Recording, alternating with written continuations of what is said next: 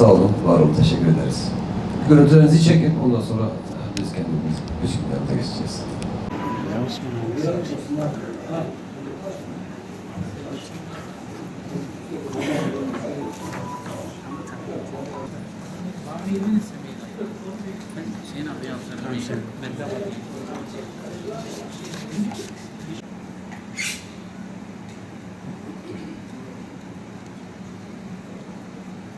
جي يكتيه جي حكمته جي براتيه جي حشي كرنيا العصر الغلاء الخاص او انسان الكليه يحسن كل درايه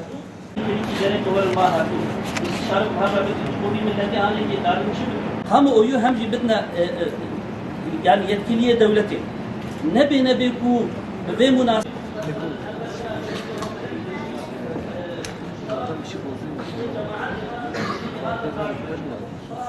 وأزواج مطهرة.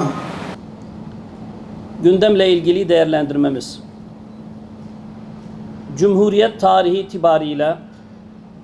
Cumhuriyet tarihiyle birlikte sadece Türkiye ve Kürdistan değil, bütün İslam dünyası tamamıyla diktatör, laik ve hukuk tanımayan despotların yönetimi altına girdi.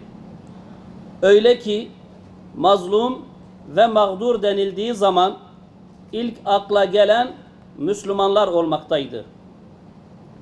Bu süreçte zalimlerin en büyük hedefi İslam'ın temel dinamiklerini oluşturan ilim ve alimler olmuştur.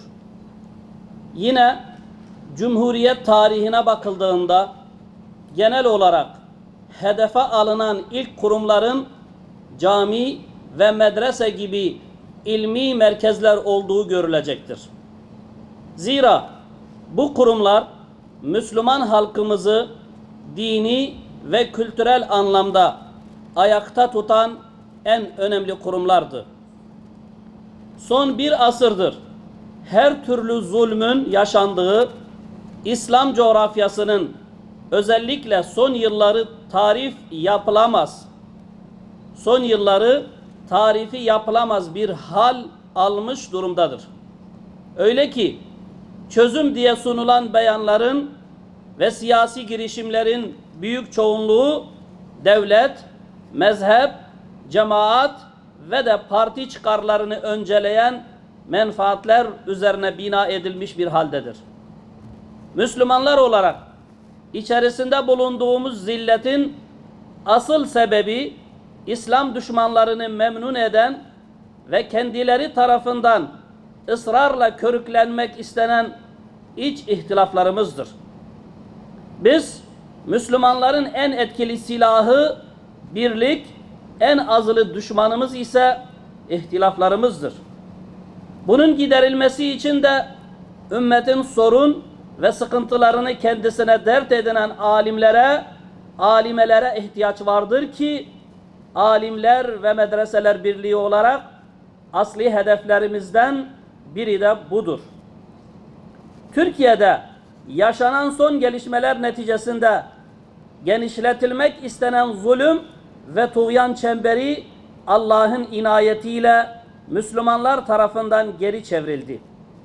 Müslümanların tamamını etkileyebilecek, hatta sınırları aşabilecek kadar etkili olabilme ihtimali bulunan son süreç, İslami camiaların fedakarlıkları, samimi duruşları ve birlikte hareket etmeleriyle ve Yüce Allah'ın yardımıyla giderildi. Dış destekli darbe girişimine karşı İslami camiaları harekete geçiren asıl etken ümmetçi duruşları ve böyle önemli bir meseleye karşı ırk ve dil ayrımı yapmadan baş kaldırmaları gerektiği inancıydı. Alimler ve medreseler birliği olarak Müslümanların içerisinde bulunduğu sorun ve sıkıntıları giderme adına şu hususların göz ardı edilmemesi gerektiği kanaatindeyiz.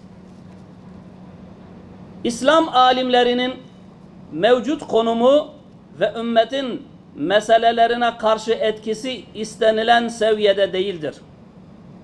Gerek Türkiye ve Kürdistan'da, gerekse de diğer İslam coğrafyalarında alimlerin üstlenmesi gereken misyon, Müslümanlar arası sulh, İslam düşmanlarına karşı direniş ve mücadele ekseninde olmalıdır.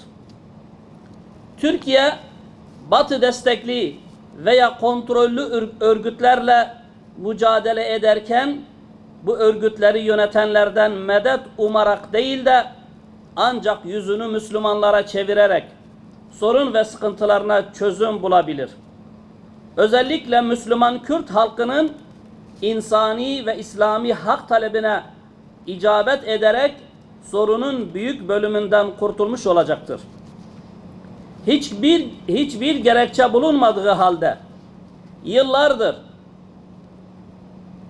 İslami hizmetlerinden dolayı cezaevinde bulunan Müslüman tutsaklar ve 28 Şubat ile şer odaklarının mağdur ettiği öncelikle imam ve diğer kişilerle ilgili müsbet bir girişimin olmaması, Türkiye'deki adalet sisteminin bir an önce gözden geçirilmesini gerektiren en önemli hukuksuzlukların başında gelmektedir. Bilindiği gibi o tarihlerde görevden kanunsuz, hukuksuz bir şekilde görevden alınan onlarca imam akidesi bozuk ithamıyla bir anda açığa alınmadan ve mahkemelere sevk edilmeden görevden atılmışlardı. Bu mağduriyetler hala devam etmektedir. Müslüman Kürt halkının son bir senedir içerisinde bulunduğu içler acısı durum hemen hemen her gün kadın, çocuk ve sivillerin hedef haline getirilmesine karşı hükümetin politikası kucaklayıcı olmalıdır. Toptancı ve dışlayıcı olmamalıdır. Aynı şekilde kendi çıkarlarını her şeyin üstünde tutan dış destekli mihrakların Müslümanların halkımıza Müslüman halkımıza hiçbir şekilde fayda vermediği, bilakis fazlasıyla zarar verdiği gün yüzü gibi ortadadır. Halkımızın bunu anlaması ve gerekli tepkiyi göstermesi gerekir. İslam adına Müslümanlara zarar veren, masum sivilleri hedef alan, emperyalist güçlerin İslam coğrafyasındaki emellerine ön ayak olan hiçbir yapıyı kabul etmiyor, İttihadul Ulema olarak bu tür oluşumları Müslümanlar için büyük fitne olarak görüyoruz. Cehaletin bulunduğu yerlerde anarşi, adaletsizlik ve huzursuzluk olur. İlmin ve alimin bulunduğu yerlerde ise hikmet, huzur, itaat ve adalet olur. Bu bakımdan halkımız medreselere sahip çıkmalı, yetkililer bu tür İslami eğitim kurumları ile ilgili alimlerimizin razı olacağı geliştirici, müsbet adımlar atmalıdır. Son olarak içerisinde bulunduğumuz bu asır Müslümanların her zamankinden daha fazla birbirlerine kenetlenmelerini gerektiren bir zamandır. İslam dünyasının tarih boyunca benzerine nadir rastladığı bir süreç içerisinde yaşıyoruz.